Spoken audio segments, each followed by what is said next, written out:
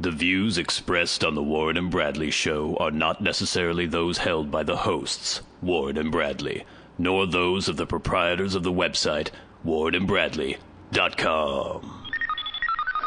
5, 4, 3, 2, 1, fire!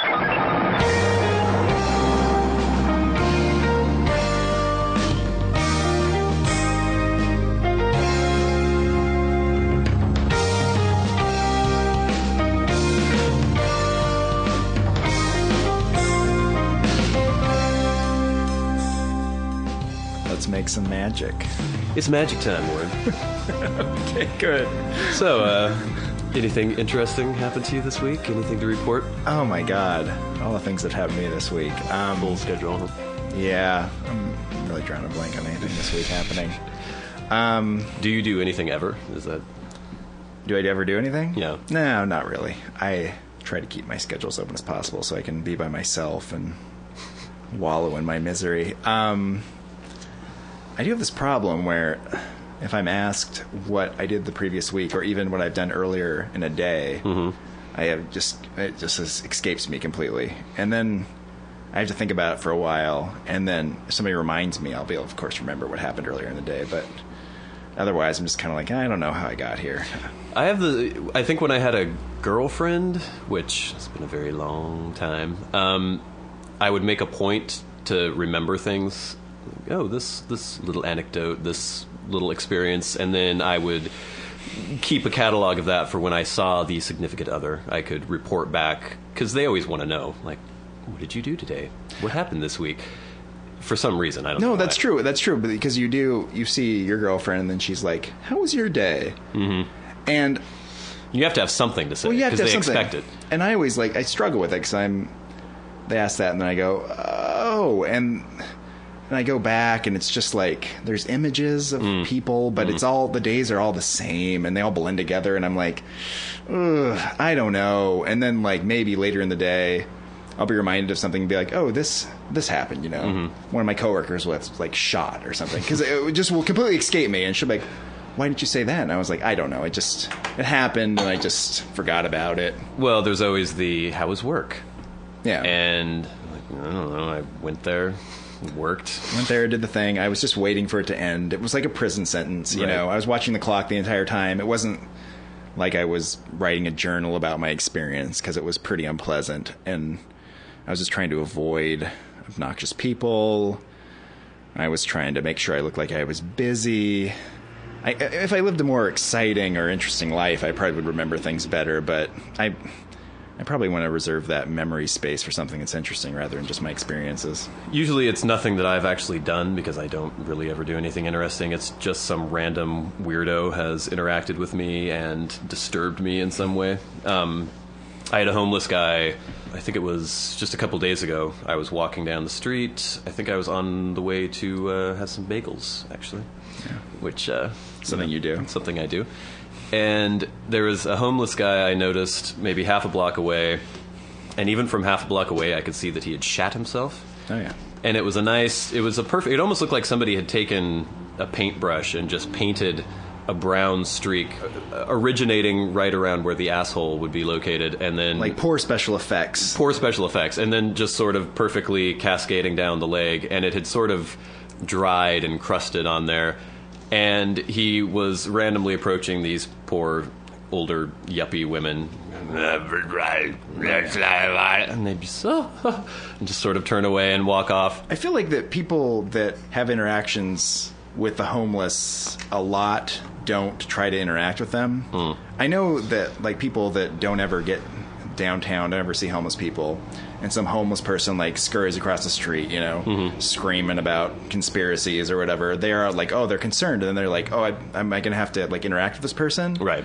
Whereas I know, and you know, that you can just keep walking, because they've been doing that all day. Right. They've been doing that for years. They've been going to people like, Kennedy was assassinated. And it's not as though if you ignore them, they're going to say, oh, how rude. Yeah, they're not going to turn around and bite their knuckles and be like, how could they do that to me? Right. Because they're crazy, and they're just saying crazy things, and you don't have to try to debate the crazy person, or you don't have to engage the crazy person. You can just kind of like walk by the crazy person, maybe give them a nod, and just keep going along your way. You just can't. If I acknowledged every freakish weirdo who I came across on a daily basis, because we both live fairly close to downtown and spend a lot of time there, I would not have time to do anything else. It's just a constant barrage of freaks and weirdos. The fact that I smoke too, makes the instances of this happening much more frequent, because they just assume that they're owed cigarettes from people, apparently. Well, my slovenly appearance gives people the impression that I deal drugs often. So I don't think I have as many interactions with people as you. For some reason, there's something about you that seems to get the homeless and just people to come want to talk to you. Yeah, I don't know why that is. But I often have people come up to me and like ask me for like marijuana sometimes, and people ask me for coke. Oh yeah. You're the marijuana guy. I'm the coke guy. Well, I think I look like the marijuana guy, and you look like the coke guy. But how do I look like the coke guy? Oh, you're all skinny, and you're like fastidious in your dress. Yeah. You know. But is that a hallmark of a cokehead? Oh yeah. I mean, you don't see a lot of like fat, kind of like sloppy coke guys. They're really like amped up and like thin and like really hyper attentive about their clothing and everything. I'm just struck by the frequency of people randomly asking strangers if they have drugs. It doesn't seem like the most intelligent thing to do. Is that how drug dealing happens, though? I don't think that's the way it's supposed to work. Amongst like street people? Well, any movie I've ever seen, any television show, it's always like, I don't sell to strangers. You know, you got to watch out. The cops, the narcs, the people are going to be watching you. But I'll just have random people come up to me, got any meth? Like, no. Do you ask everybody who you see if they have meth? You don't want to be the person that people are asking for meth. I mean, I had meth, but I'm not going to share it out with people. Yeah, I mean, come on. That meth is expensive nowadays. I was being criticized recently for my appearance, actually. By who? Caitlin. And she was saying, you know, she looked at me with disgust and kind of Caitlin's a friend of ours who's always immaculately dressed. Yeah, who's pays very close attention to what she wears and what other people wear. Other people wear. And I just, you know, if there was like a sack on my bed, I'd just throw it on, just stumble out the door, and I don't ever look in the mirror. And she said the holes in my clothing bothered her. Why? She just says every time I see him, I want to like stick my finger in there and like pull on the hole. See, where are the holes? Because that could be a whole other experience. Well, I got that hole in my crotch. Yeah. Of course. So is that what she's talking? No, was something protruding? Was that what? No, I think it was just like holes in my like elbows and stuff like that. And she seems to think it like affects the way I interact with the world and the way I do things in my life, which I guess is kind of true. I guess if I clean myself up, I get a little bit more attentive to what I'm doing, but well, it's not like you're having an important board meeting with the East Coast branch. I mean, if that were the case, yeah, you would. Well, that's what I told her. And she's like, "Well, you won't get promoted at work," and I'm like, "I'm in a dead end job. Yeah, the last thing I want to do is get promoted. I don't want more responsibility. I'm not going to get paid anymore." Well, what do you wear when you're at work? Is there a dress code kind of thing? Everyone else has to dress decently, like, you know, they're going to Sunday school or something. Dress casual. Yeah, kind of like that. And then I just wear whatever I find. And I've been reviewed by my boss before and been marked down for my appearance. I did very well in all the other categories and had a very low score for appearance. But you know what? I don't care. I don't know. The whole thing, as long as your clothes are clean, I'm not really that worried about it. Unless it's one where your entire ass cheek is hanging out the back of your pants. No, rarely does that happen to me. I actually, the other day I have these pajama bottoms that are sort of my house pants that are very, you know, they're kind of like velvety, soft. I wear them, and usually the whole point is that I don't have any underwear on underneath because it's this luxurious feeling against my body. Yeah, sure. And so when I come home, I usually strip off my pants because I wear very tight pants that are constricting. And so when I want to relax, I put on my loose little house pants. But the problem is that they have a fly in the front, which is just open. And most of the time, things are all tucked away and fine. Yeah. But yesterday I was doing laundry. I was carrying my laundry to the laundry room, and I had my basket in front of my crotch as I was walking. Oh, yeah. I went in there, did the whole thing, separated the whites, did my laundry, and then I left my basket there because I was going to be taking my clothes back. walked to my apartment, and as I got in the door, closed it, looked down, penis was protruding from the fly in my pajama bottoms, and I was just sauntering around the hall, jangling away with my tackle out everywhere, and I had no idea. It just got loose somehow, and I'm imagining, what is a neighbor thinking if they do see... And I don't think I walked past anyone. I couldn't even remember if anybody saw me, but... Well, they call the police. I don't know. Do you think... I think it would just be sort of... Well, if it was a child, and then, like, the child was with their mother. Would they... You're, like, sauntering around with your... Would they automatically assume that it was intentional, though? Yeah. Yeah, I think they probably I would automatically assume it was intentional. But you've escaped sometimes, haven't you? Yeah, but I mean, it does. It's one of those things that would happen, but you'd still, if you were walking around that way, I'd always kind of think that person's into it. They're doing something. I don't know. They're getting some. They're resourceful little guys. I mean, that's why I switched to. I used to wear the boxer briefs all the time. Yeah. But somehow he would manage to worm his way out through the leg hole all the time. Oh God. And I mean, obviously, I had pants over, so nobody was seeing anything. But it's just a very odd. I don't know how it happens. My head feels like it's in a Craftsman handy vise right now. I'm still mildly hungover from last night. Got a little drunk, imbibed a little bit of alcohol, almost revealed something I should not have revealed. Lips tend to get a little loose once alcohol is added to the equation. Well, your lips get pretty loose. You've been drinking. Your fists get loose too. You start punching. Well, that's a whole different. You start talking about weird things, and because we know when you're drunk, you don't start slurring your words, but you start saying things that are just bizarre. See, this is a very definite problem for me, is because most people, they get drunk, they get sloppy, they're stumbling around, they're slurring their words, and then people give them the benefit of the doubt. So if you, for instance, came up to someone and were like, "I hate your face. I hate it." And you're like, "Oh, you're drunk, Warren. Come on, stop it."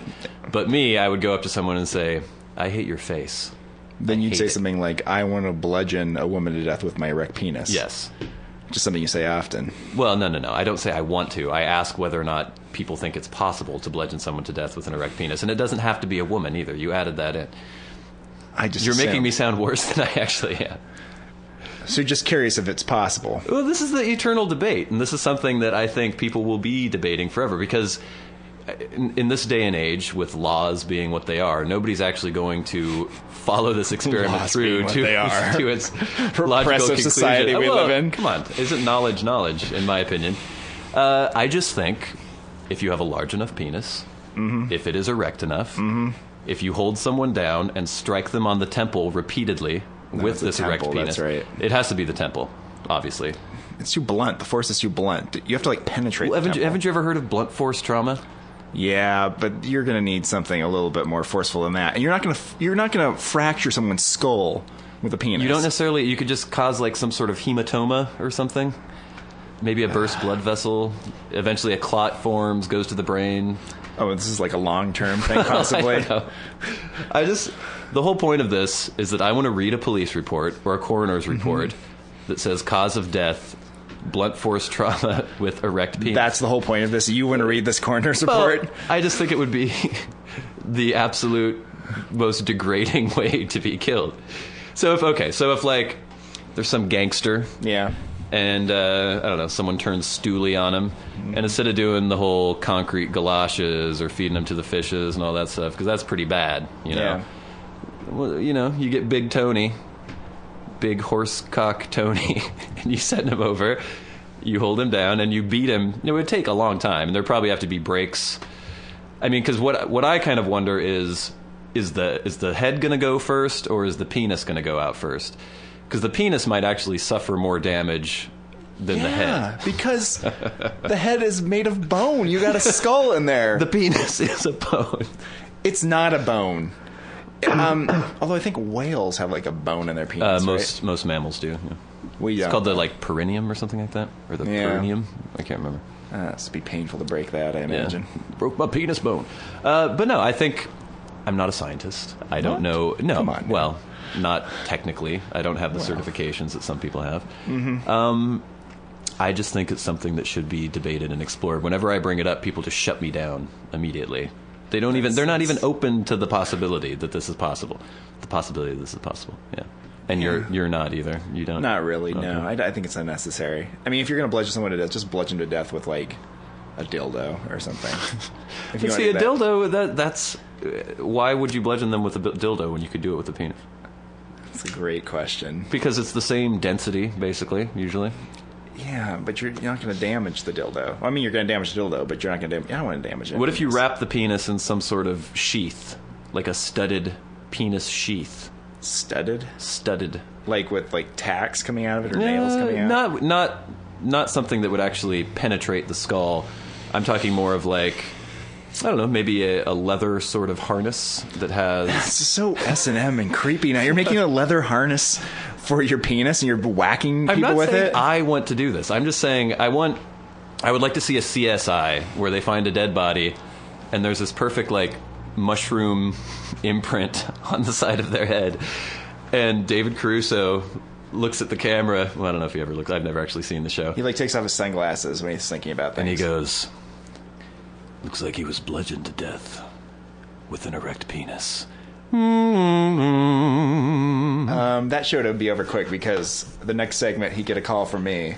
And I'd be like, I saw this online. I know who did this. And I would report you, and you'd be locked up, probably in an insane asylum. See, this is the problem with this whole conversation, is that everyone assumes that when I bring this up that I want to bludgeon someone. You're the to only death. one that talks about it. So if someone actually did it, we would assume you were guilty. Well, maybe this is something that's just out there. It's out there. It's floating around. Other people have had this. Oh, you've been occur to floating them. You think people are just scared to talk about it, and you're the one that's willing to... I think I'm the one who can bring up these issues that other people maybe shy away from.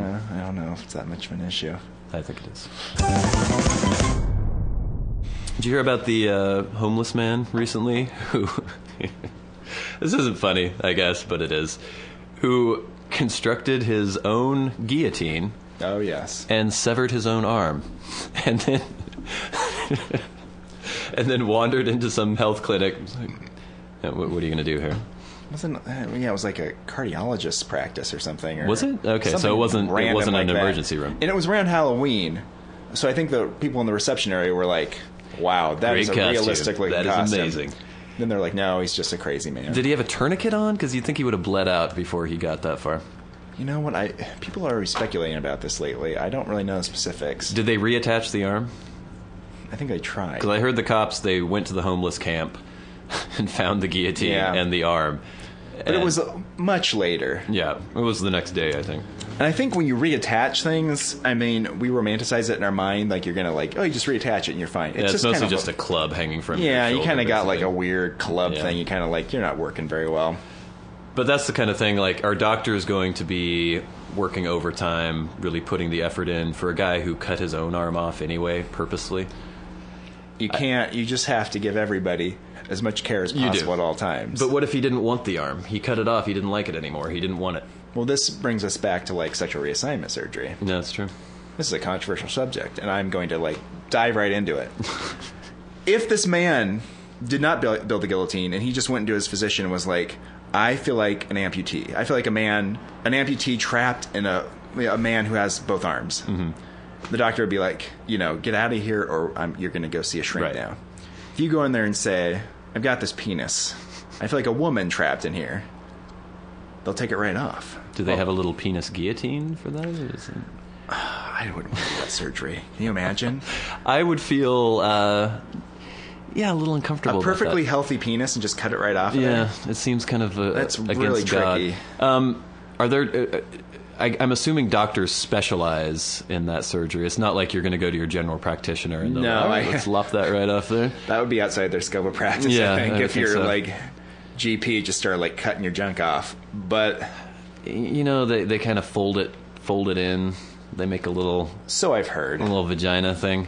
I don't think it looks too real. I don't know. What have you seen this? I've tried to see pictures. And really, have you? Yeah. I don't. But you hear about men who start dating a woman. Yeah.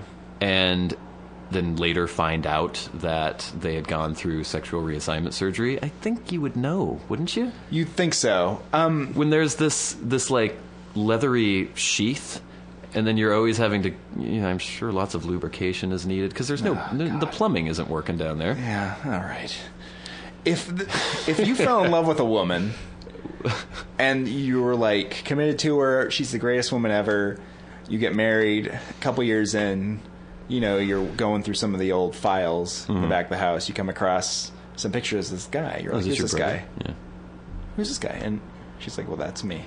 That's me. That was me. But I was always the person I am now, trapped in the body of that person. But I'm the person that you love, the person right now. Would that bother you? Yeah. You think you get divorced? Yeah, because that's something. It's a pretty big secret to keep from the person you're going to supposedly be sharing the rest of your life with. Okay. What if right off the bat you see this woman at a bar, you're like, she's amazing, and you're like, you shake hands with her, and you're like, that's a very firm grip. She's like, well, I may be gorgeous now, but I used to be a man. Have you ever seen that? Well, I guess you wouldn't know if you. Well, that's what people always say, right? Yeah. They're like, because you don't know the good ones, but it's like I wonder. I don't think so. Would you wouldn't like be like, well, you know what? I'm going to see where this goes. No, I would not. But see, this is a tricky subject because obviously we're going to sound like insensitive assholes. You know what? If you can't handle frank talk, I'm talking to all you out here listening. Yeah. You're listening to the wrong podcast because we're going to get frank about subjects that maybe you're not comfortable about. We might challenge your preconceptions. Yeah. We might cause you to rethink your own positions. We might want you might wish. I still wish I had held on to the old penis there. Put it back on. You can't put it back on. It's not going to work. And we're back. That's unnecessary. We're just going to edit that out, right? Maybe. I don't know. Back from where? I don't know. Where did we go? I know where you went. Word from our sponsors. So, I know you and our friend John have been very much engaged. Oh, no. In a video game, Sweeping the Nation. Yes. It's called Skyrim, I believe. Skyrim, yes. I the believe. Elder Scrolls V, Skyrim. Oh, it's part of the Elder Scrolls series. Yes, a long storied history of quality gaming in that series. I understand that you're a member of the Thieves Guild. I'm the leader of the Thieves Guild. Oh, you're the leader of the Thieves Guild. And so you can steal. Oh, yeah. But if you're not a member of the Thieves Guild and you try to steal, what happens to you? Well, you can still steal if you're good at it. There's skills that you build up. But when you're a member of the Thieves Guild, you have these fences that open up, and they will actually purchase the stolen property. Because most normal merchants would not steal stolen property from you. So there's no, like, non-Thieves Guild fences out there for you to go to? No, not at all. So you'd just be able to steal things, but you wouldn't be able to sell them? Exactly. You could use them if it was some sort of potion that you needed to rebuild your health meter. But if you stole a piece of, like, gilded elven armor... Yeah. You would go to a normal merchant. They're like, I'm not going to deal with this crap. It's hot. This is hot shit. And you would have no use for gilded elf armor because you're not an elf yourself. Well, you can still wear elf armor. But you can? Yeah, but my smithing skill is so high that I make dragon armor, so I don't need elf armor. I would just like to point out right now, I am a level 38 spell sword, and I'm not ashamed to admit it. I think this game is finally opening up people's minds and hearts to role-playing in general. And I'm not like a Dungeons and Dragons LARPer, boffer. Sure, buddy. Hey, I'm not. This is just a video game, and I don't really play video games that often. But every once in a while, one comes out that sort of grabs my attention. And there's a lot of people. I was in the bagelry again today, and some really large middle-aged woman, I heard Skyrim coming out of her mouth. I turned over and her boyfriend was like, yep, and they were talking about Skyrim. So, obese middle-aged people. Mm-hmm. So a lot of the hipper people in town are getting to Skyrim, obviously. People like me, people like our good friend John. The hipper people in town. Exactly. So you're not an elf. You're a human? I'm a human. A Nord.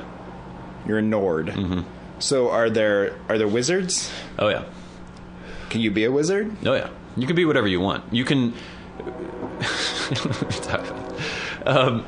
you could pick your race, and then basically whatever you do, you get good at. So you're not constrained.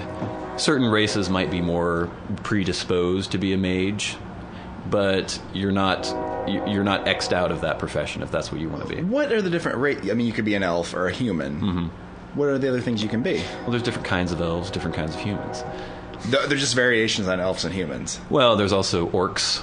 Is that those big trees from the Lord of the Rings? No, they're big, kind of goblinish looking people. Oh, why would you want to be one of those? I don't know why anyone would. And there's also the Nordic type people who are the Nords. There's sort of Romanish people who are the Imperials. There's Bretons who are half elf, half humans. They can interbreed, apparently. There are weird cat people.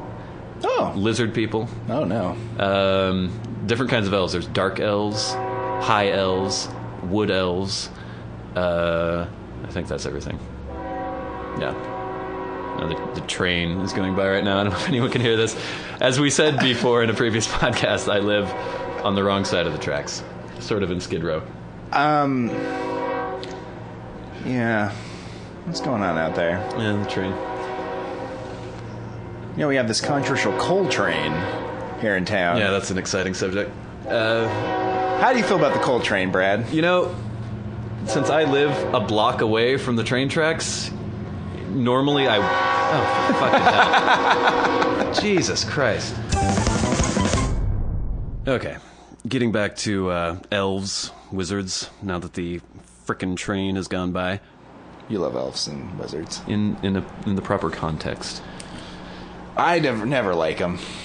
I couldn't get into the Harry Potter books because I just can't get into this magic stuff. I don't feel like I can read a piece of fiction and have magic involved because there's no rules.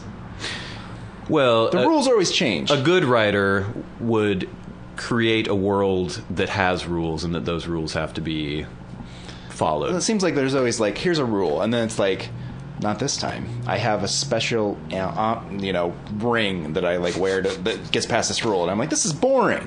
I mean, you could just bring in anything and make anything happen. So, do you read any sci-fi or fantasy? Oh, I like sci-fi. No. Well, isn't that the same thing? Where it's just kind of, we're going to create this world, and we've invented this, and we've invented this to move the plot along. But the sci-fi is supposed to like. I mean, there's like science, and it's like we use science to get to this point. Not always. It's not like that someone suddenly it's like, oh, we have this technology, we do this, and then somebody brings in a magic ring, and they're like, well, now it's different. So you only read hard sci-fi? You won't read I don't even read sci-fi anymore. Fiction? I guess I don't read sci-fi anymore. Yeah. I liked it as a kid, but the writing's so bad.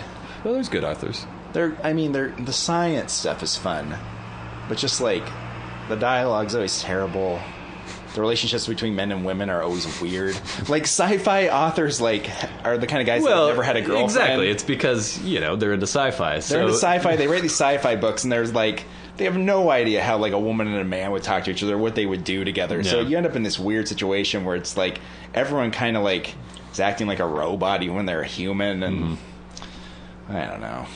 What drives me insane is if you're reading a work of fiction, it's not erotic.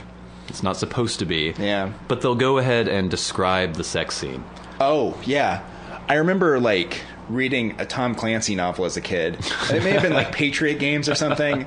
And, like, Jack Ryan was, like, picked up his wife, and they went to some hotel. Oh, I remember this. Mounting her and stuff. And I'm like, this is unnecessary. Yeah. I'm here to read this because I want to know about, like, shooting him up and, like... international political intrigue. Yeah, all that good stuff. Or, espionage. like, the IRA trying to kill him and stuff. I don't want to know about him mounting his wife. Yeah.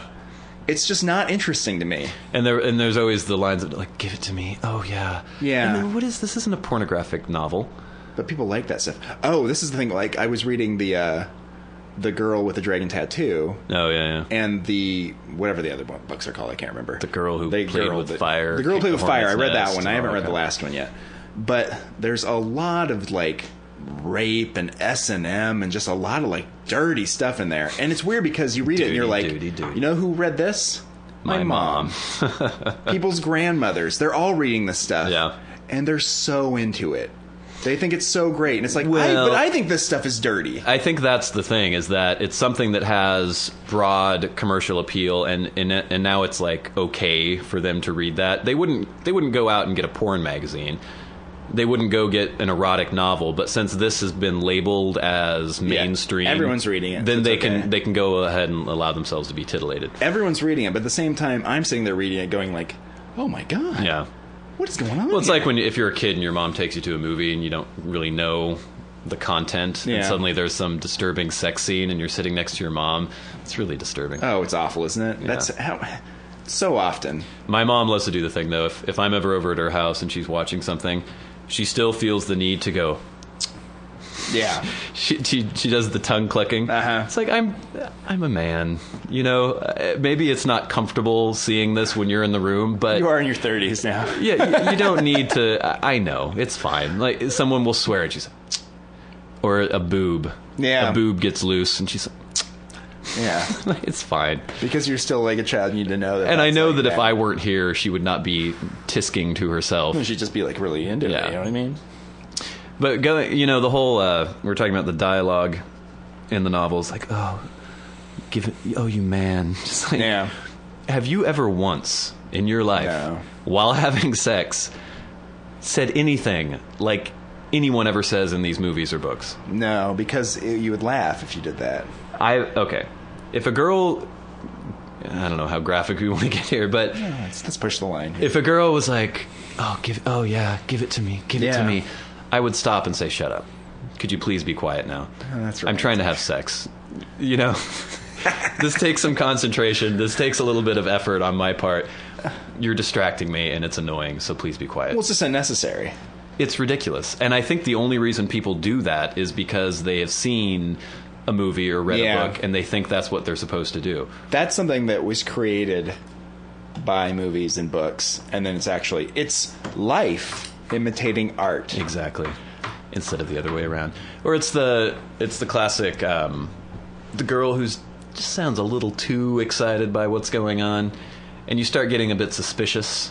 Yeah. It's like, is it really that exciting? No. Is it really that pleasurable right now? Not really. It's like, Yeah.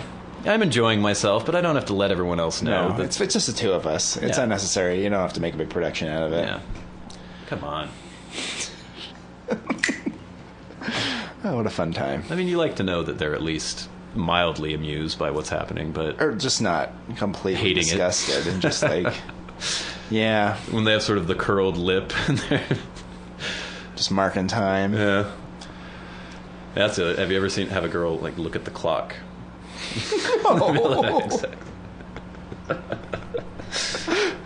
Like, well, what's the point of doing that? Almost done. Yeah. You have it timed, and you're like, I only have this much time to do this. Yeah. It's weird because I haven't been in a relationship for a long time. And, when you get to that comfort level when you've been together for a long time, you're having sex, and then it gets to be almost routine in a way. And since I haven't had that in a long time, it's never gotten to that point. But it is interesting when you're first in the relationship, you're having sex because you both really want to have sex.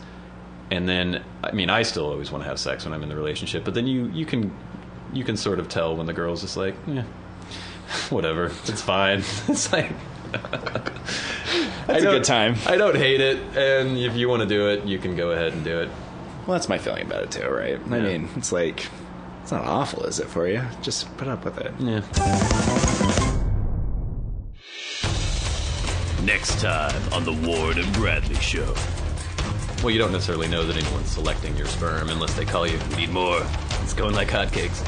But, seems unlikely. I don't know. Let me be clear. Yeah. I'm not actually going to do this, but the idea appeals to me of going over years and years and years, selectively breeding and getting like 9-foot tall humans or like 2-foot little tall Chihuahua humans. people running around. Yeah, and then like, it would be so great. The Ward and Bradley Show. Available on iTunes and at wardandbradley.com.